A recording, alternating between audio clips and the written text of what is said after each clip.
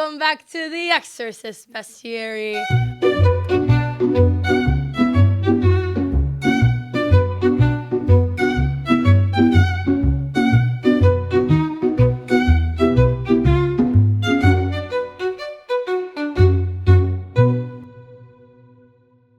You don't have a podcast studio, you have a garage full of Hephaestus and a squirrel. Welcome back to the Exorcist Bestiary, your premier podcast on all things Exorcist and Bestiary. Tasha and I are matching today. We didn't plan that. We just happened because we are cute and best friends. Jamin is intentionally trying to not be a part of the group. I'm wearing a shirt that you created. That's so true. I was going to comment on how it actually does look really nice because it's like all jewel tones in the same color family of like blues and purples, but then I decided to be mean instead because I'm warm in this studio that is warm. Yeah. But anyway, how's everybody's day? Warm. That's where you're going to follow that up with. Yeah. How's everybody's day? Jamin and I haven't seen each other in one day. It's true. We were together on Sunday, Monday, Tuesday, Wednesday, Thursday, missed Friday, and now it's Saturday, so we're back. And we're going to see each other again tomorrow. It's a busy week. Yeah, the best in Bestiary stands for besties, which is what we are. Anyway, this is about demons, so let's get to that. Yeah. Let's get to the demons. Today we're talking about where do they come from? She forgot. Where do they go? No. Where do they come from? No, I'll remember it. Today we're talking about. We already did it. How do you get a demon? That's not the topic. Zoom in, camera. We already did. Get her thinking real hard until she can find it. Let me use my noggin. We're not talking about kids. Mm-hmm. That's the next one. Mm. This one is talking about... What do you do when... You don't want help. How do you help people who maybe could benefit from deliverance, but they don't want it? They are not consenting to an exorcist experience. How can you help them? What do you do? I like how everybody clicked on this video to learn that, and they just watched the host be like, what are we talking about? I am the host that canonically does not perform exorcisms. I have made it very clear on every episode of this that I am here to listen and learn and support. You have both done exorcisms. I don't need to know how to do it because I don't do them. Okay, well, let's hop right in here. I'm here to ask questions. I'm here to listen and learn with a heart full of love and curiosity and wonder. Aww. Well, you sure talk a lot for someone who's just one. Shh, we need her to talk a lot.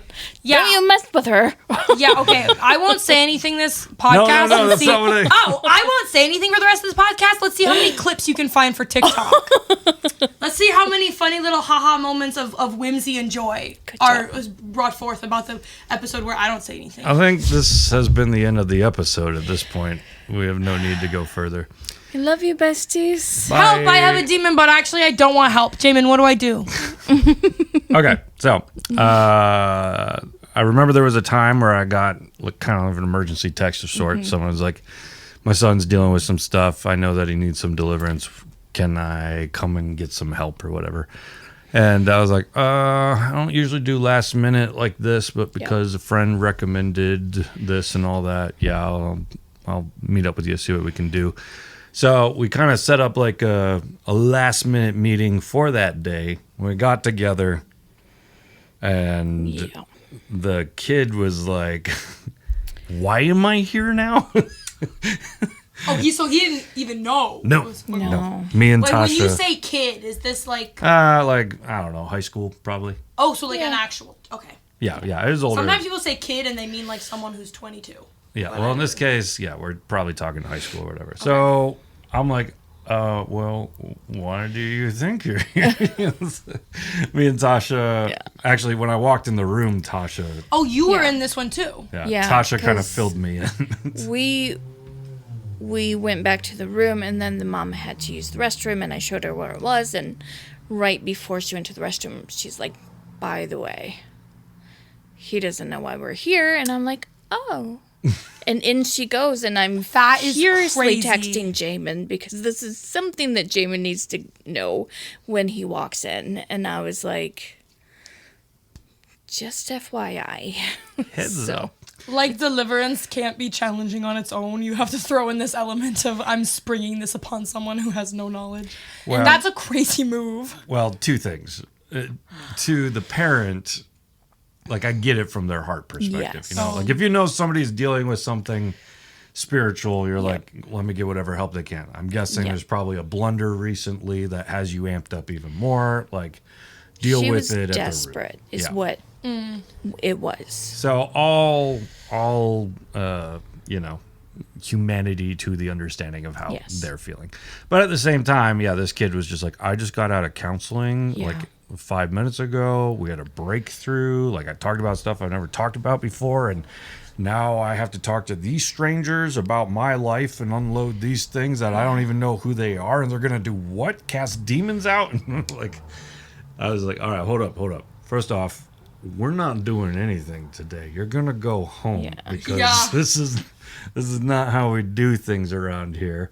And then we tried to like calmly explain to the parents, just like, this isn't. This only works if he is interested in this, and clearly he doesn't even know what this is or what's going on, or I don't even know what his thoughts are on demons and things like that. And like, we just can't do anything until he wants it. So, and as soon as he heard Jamin say, well, we're not doing anything today. And then he kind of, paused a moment, and we were able to actually talk about, if you were to at some point come back, this is what it would look like. This is what we would deal with. And he was able to converse with us at that point. He actually wanted to know more. Yeah. I don't know if he was just being nice at that point because it had been so awkward so quick, but he was willing to like, all right, tell me what this is about, and I'll think about it. And so, we explained.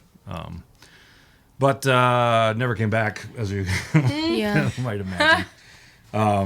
Which it was not in any way, shape, or form were we trying to embarrass anyone in the situation. No. But kind of step one of deliverance is the same step that you get for recovery, or the same step you get for counseling or therapy. The first step to getting help is admitting that you have a problem. Mm-hmm. Yeah, and if you're not at that point, look, I can't help you, right? Like, we've done deliverance enough until a person's willing to own up to their stuff. That demon's not going to leave in the first place. One of the things I've seen over and over again. Actually, me and Tasha just saw this. We just came from a deliverance like an hour ago. And Today? Yeah, and the person... You guys have been making the rounds. Well, the person ran into this demon as we were going through the session, and they got its name, and they kept yelling at it to go, tried amping up, yelling at it to go, and I just patiently waited because I knew it wasn't going to go, but was giving them a chance to see over and over again this thing's not going to go. And then once we got to all the reasons it was there and worked through all the stuff, and they owned up to what they needed to own up to, and they prayed through what they needed to pray through, then before I even got a chance to tell it to go, apparently Jesus kicked it out. Tasha had a vision of sorts of them being anointed with oil by Jesus, and I was like, oh, well, I'll anoint them with oil too in real life. So I did that. I was like, all right, let's get ready to kick them out. And the person's like, it's already gone. I watched her leave. I was like, oh, Jesus has taken this from me again. Yeah. Don't you hate it when Jesus steals beats you thunder? to the deliverance? Yeah. But like, the person yelled to go over and over again, but until they took responsibility for all the reasons as to why it was there and let go of the things they needed to let go of, the thing wasn't going to go.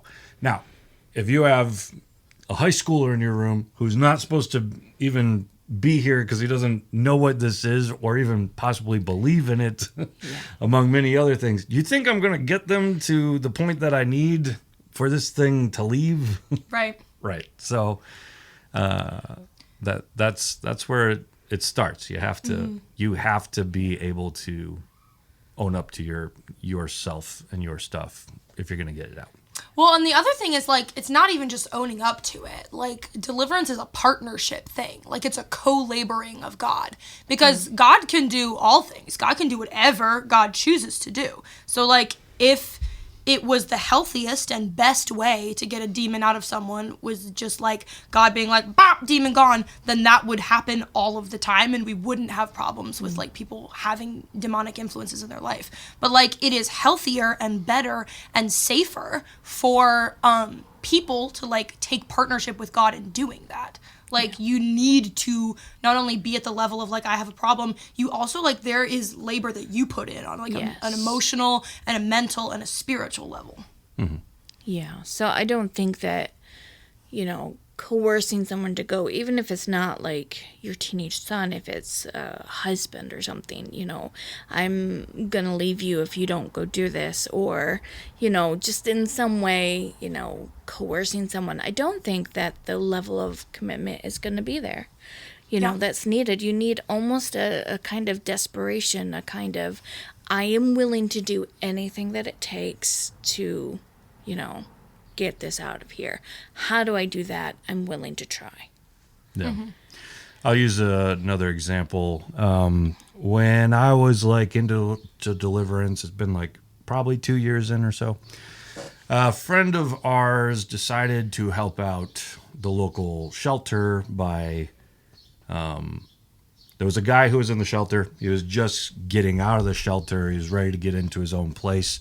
He had gone through a lot of kind of the growth that the homeless shelter wanted him to go through. So my friend was like, yeah, I'll take the risk and I'll move him in to one of my rooms and he can stay there. So he moves into the room and things are fine.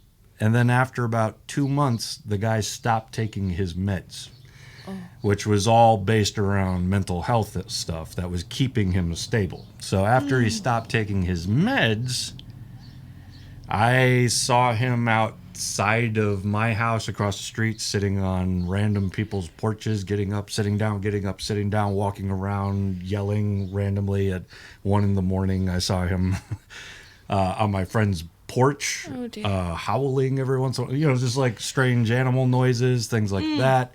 And then he's starting, like, people reported just seeing him in the window, just like staring out of it creepily. And you can imagine things were getting a little weird. Well, my friend returns home one day and he's already trying to figure out, like, did I make a mistake? And this guy had, like, shoved everything down the toilet that he could find. He had broken a wall. He had thrown a table across the room, all kinds of stuff. Like, the house is now starting to be destroyed. Yep. So we know that he needs to be back on his pills, but, like, we don't know what to do at this point because he's not taking them. So he calls me over and is just like, do you think it could be the deliverance? I'm like, well, I don't know, but even if it is, like, I don't think he's going to be game for that, Like, so what do I do? But on the off chance that somehow it is deliverance and Jesus would give me the space to just kick him out, I'm like, I guess I'll just come because you're desperate, like, what else are you going to do? So I go over, I explain to the guy, this is not going to continue anymore. You can't do this. This is not your house. And you are just ruining the place. And then while I'm there, he tries to play it cool, doesn't really say anything.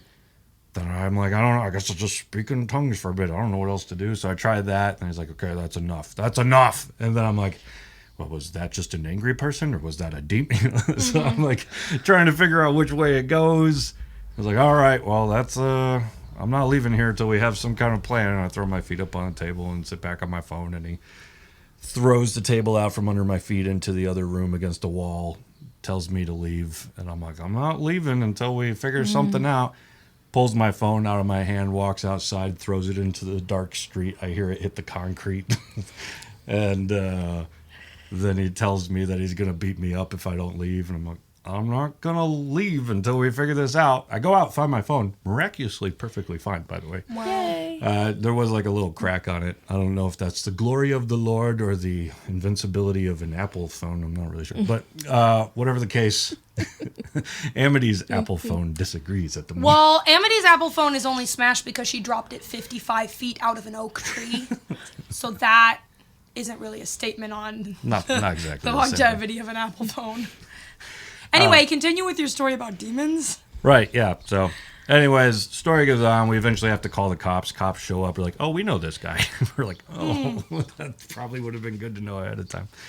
Anyways, story continues. It just continues to get out of hand until we deal with it. In the end, was it mental health? Yeah, probably. But also, was it demons? I don't know. I try not to demonize mental health, but the two sometimes can play hand in hand with each other. All I know is the dude never took any responsibility for anything, only made our lives difficult, and I did not kick anything out in that moment, and I had to recognize the limits, you know? Yeah. So, like, I went into that, I can think of, like, a really psyched up,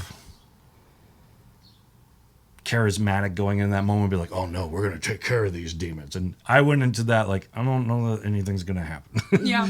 But we're just here to find out. That's like the most desperate situation I've been in where I'm like, I will play the middle ground and see what will happen. And unshockingly, nothing happened. Except my phone almost got ran over by a car. So, this is where it's a little different when it comes to other kinds of recovery because you can force people into recovery. Yeah. Doesn't necessarily work because they don't always admit that there's a problem yet. Like if you have why do I always forget this word? Addiction? No, intervention. Intervention? Where everybody gathers and says, you're hurting us, you need to get help. Like sometimes that's enough to convict them to get help. But also sometimes it's not, you know, like they just recognize like, well, other people think I need help, but I don't want it, you know? So, but there does come a time where you can force people, like if you're not going to get help, I'm going to call the authorities. Yeah. But it's not necessarily the same overlap. And well, if you don't get help, I'm going to call an exorcist. Like it doesn't quite work the same way because then you're not dealing with the... Which is, I will posit, a very different picture of exorcism than you get in the media. Like, I feel like a lot of times the reason that deliverance is so misunderstood and, like, the fact that it is, like, a spiritual healing process, like, that is misunderstood. Because when you think about, exorcism, the word, and like the pop culture picture that comes to mind is like, yeah, we're gonna tie them down to the bed frame and we're gonna get the holy water and the priest is gonna wave a crucifix in their face and the power of Christ compels you and they're like in torment, da, da, da, da. And then the demon like I don't know, I've never seen a horror movie. the person crawls up the wall and turns their head all the way around. Ew, is that actual? I would never watch. If you're watching a movie, I would never watch that movie. But like that's the idea that people get, and it's like, oh, okay, so that's absolutely not at all like the healthy or right or realistic way to do exorcisms, or at least, at the very least, it is not the way that we would posit is good and healthy to do exorcisms. Yeah, I think it's not something you can force, like brute force or like brutalize your way into at all. Yeah, and at the same time, maybe. Don't say that. No. You've never. The power of Christ compels you as someone. Let me try again. Okay. I take the slow, patient inner healing route. Right. But what if someone is so far gone that like you can't even like I'm in a get to them manifestation anymore? Yeah, or in a manifestation, or just like they're so tormented, possibly like maybe Legion's out there crying from the mountaintops. He's naked. The Bible. Naked and running through the tombs, and like he is by all means. Yeah. Like we today would be like, he's lost his mind. There's a lot of mental health issues going on right here, and there's like maybe not even sanity to have a good conversation with him. Right. Is it possible that in some situations Jesus would be willing to go through with brute force to just be like, I'm going to kick him off just so that this person can think straight enough again, and then you can do the inner healing. You know, like, yeah. Maybe. But that is not necessarily like the healthiest. That would be the best exception. way. Yeah, that would be the That would be the extreme, not the standard. Yeah, I do think of one story I read from a pastor, and he wrote like he just felt God put on his heart to fast for like a week or something like that. And he was working at a place where there was a lot of kids who were just tortured, and it was primarily, it looked like mental health issues. This kid was suicidal, I think. And he fasted for a week, and he came in, and then he just said to the kid something along the lines of something deliverance-y. And the kid apparently just like, it was cast out in that moment, and then the kid was fine. Like, that's an example of the exception. Like, kid can't think straight, kid can't reason straight, kid can't do anything. And it was actually brute force exorcism in that particular case that kind of broke through to give him the freedom. Hopefully they also did some inner healing after that. I don't know that they did, but that would be one of the exceptions. Yeah. I have generally found that is not usually the way it works, but maybe sometimes. So Yeah. Do we want to talk about, like, I mean, this is something that we've already touched on in a couple of podcasts, so it might be repetitive. But if this is the first one you're watching, we can touch on it again. Do you want to talk about like why can't you force somebody into it? Like, why are we coupling it with like spiritual healing and deliverance and that kind of like emotional and mental and spiritual work? yeah, Tasha. Yeah, I think as exorcists, we are in a unique position. Someone comes in and they're in a very real way vulnerable. They're desperate, and so it does take a while for them to get comfortable. But when they do, they're telling us their stories. They're telling us their deepest hurts, their deepest wounds, their deepest, thoughts and actions and fears. And it requires trust, and it requires gentleness, and it requires, you to be respectful of that, and to just, bring someone in and just kind of rip that from them, that it's just not going to work, because it requires a certain amount of, trust, basically. And I would say I asked a question that I already knew the answer to because I wanted to talk about it.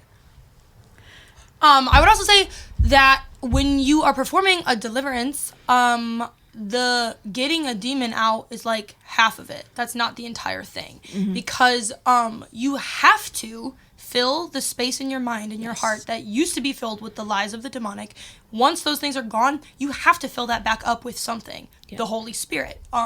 You have to be able to fill that up with the truth of God. And there's that passage that we reference all the time because it's about deliverance in the Bible that talks about like when the house is like left empty, the demons will leave and they'll travel through the waterless places and they'll return with 7 of their friends, and if they see that the house is like swept clean and open for them, they will come back and be worse than before. So like if all you're doing is getting rid of a demonic presence, like that presence has every liberty and permission to return unless you drench yourself in the truth of God and fill yourself with the Holy Spirit, which is something that takes work. It is something that takes labor. It's like it is a challenge isn't the right word because like God helps us with it, obviously. But like it is a conscious decision and a work of effort to listen to the truth of God instead of to the lies of the demonic. And so if you have someone who doesn't even want to be there in the first place or like is not down for the act of deliverance and they're like, no, I don't even want to get the exorcism. Like what are the chances that even if you force them into it and you do the exorcism, how willing are they going to be to like put in the work to replace the demonic lies with the truth of the Spirit? I would say it's probably not a high likelihood. And so if you do that and you force them into it, you're kind of setting them up for failure. You're setting them up to be in a worse position than they were in the first place because you have to refill yourself with the Holy Spirit when you empty yourself of like the demonic hold. Yeah. The person we work with today, that was similar to what we were rehashing with them. Okay, this thing has left. But every time we've met, I've heard you voice this thing's lies every time.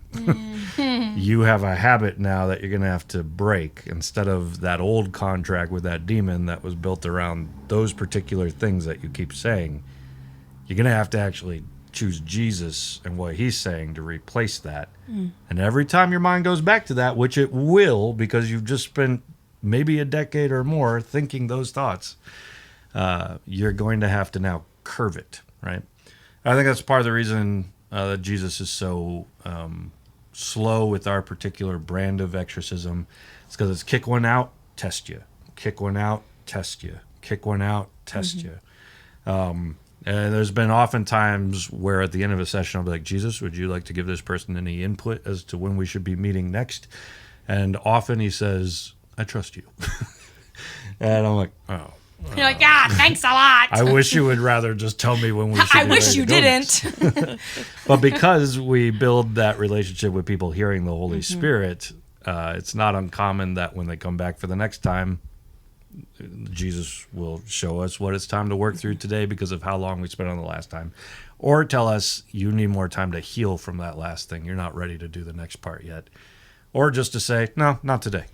Maybe there's something else going on in their life that's just like, it's too heavy for them to do this hard work. So, yeah.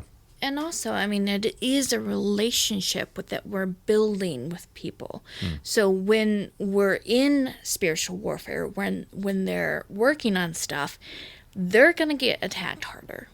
They're going to get just, attacks thrown at them.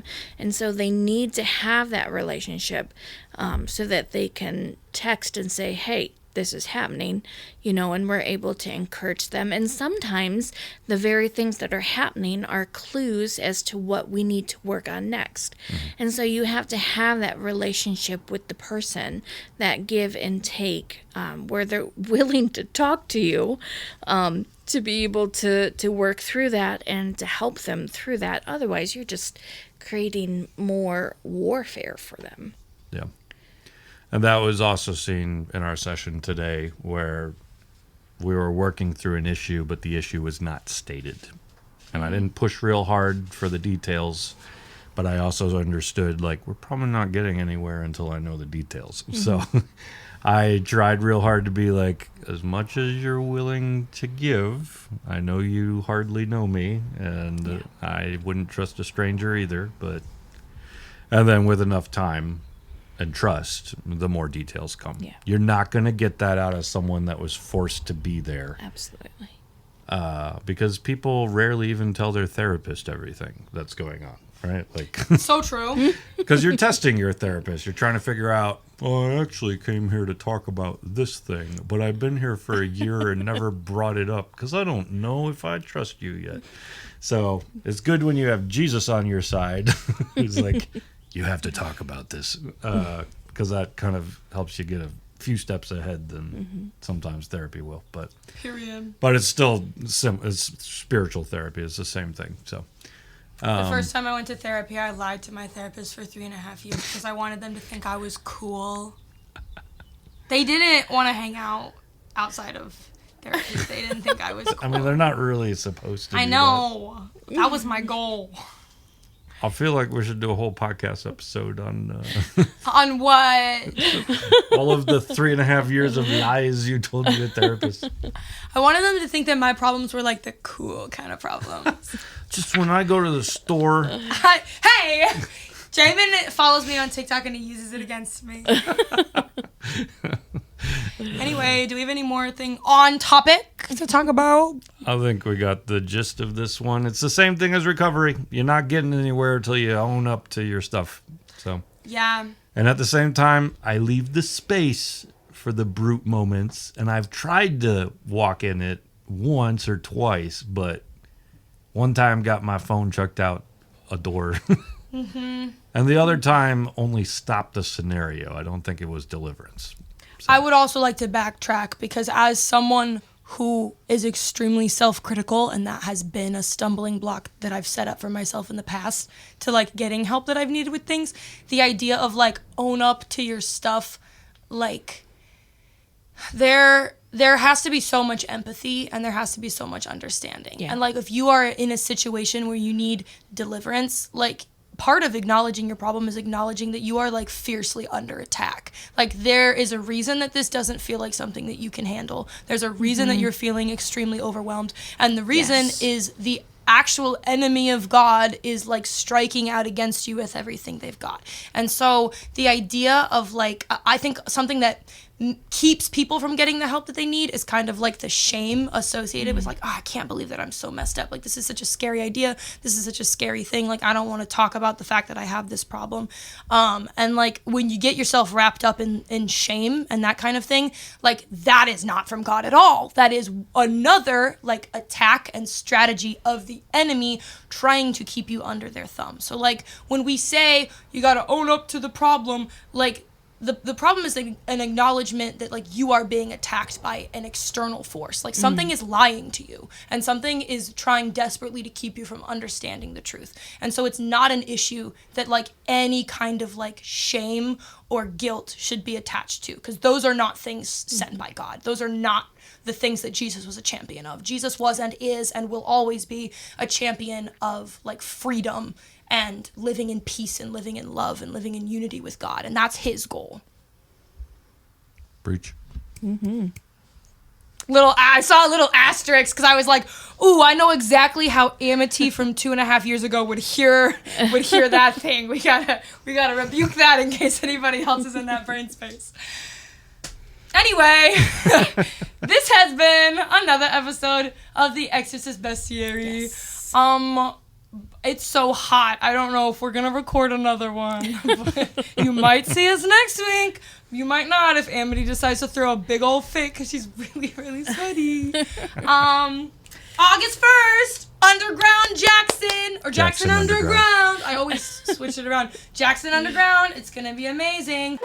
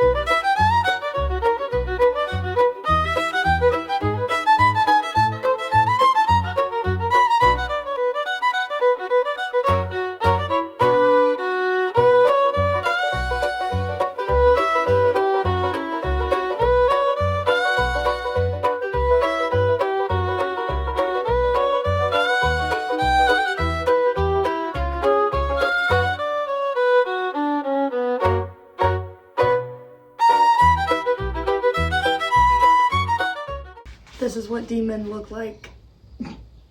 Is that Sonic? That's Sonic the Hedgehog. He's scary. He's what? He's a devil. We did have someone who was... Think about it. What? Think about it. All he does is run around and steal. And cause Steal? He takes little gold donuts. He's here to rob, steal, and destroy. Rings. He's here to steal the rings. He's here to rob, steal, and destroy like Sauron in The Lord of the Rings. It's not canonically correct about Sonic the Hedgehog at all, just to be clear. I go fast. Ow. That's his catchphrase, right? No, well... Gotta go fast! Sort of. You have a really good Sonic the Hedgehog impression. Do it. I don't know. Come on, Jamin, you could do it. I don't know what to say anymore. Peer pressure. Say, hello, my name is Sonic the Hedgehog. I gotta go fast. All right, gotta eat chili dogs. You know who the voice of Sonic the Hedgehog is? Probably on that weird app I started doing that. Yeah. Steve Urkel. Really? I don't know who Steve Urkel is. Oh, no. Right. Young. He was on the Pee Wee Herman show. He's the dorky guy Family that's really Matters. hot, apparently. I don't know what Laura, you got any cheese? Now just think, you can hear that as Sonic the Hedgehog at the same time. I don't know what Sonic sounds like either. I've never seen Sonic the Hedgehog.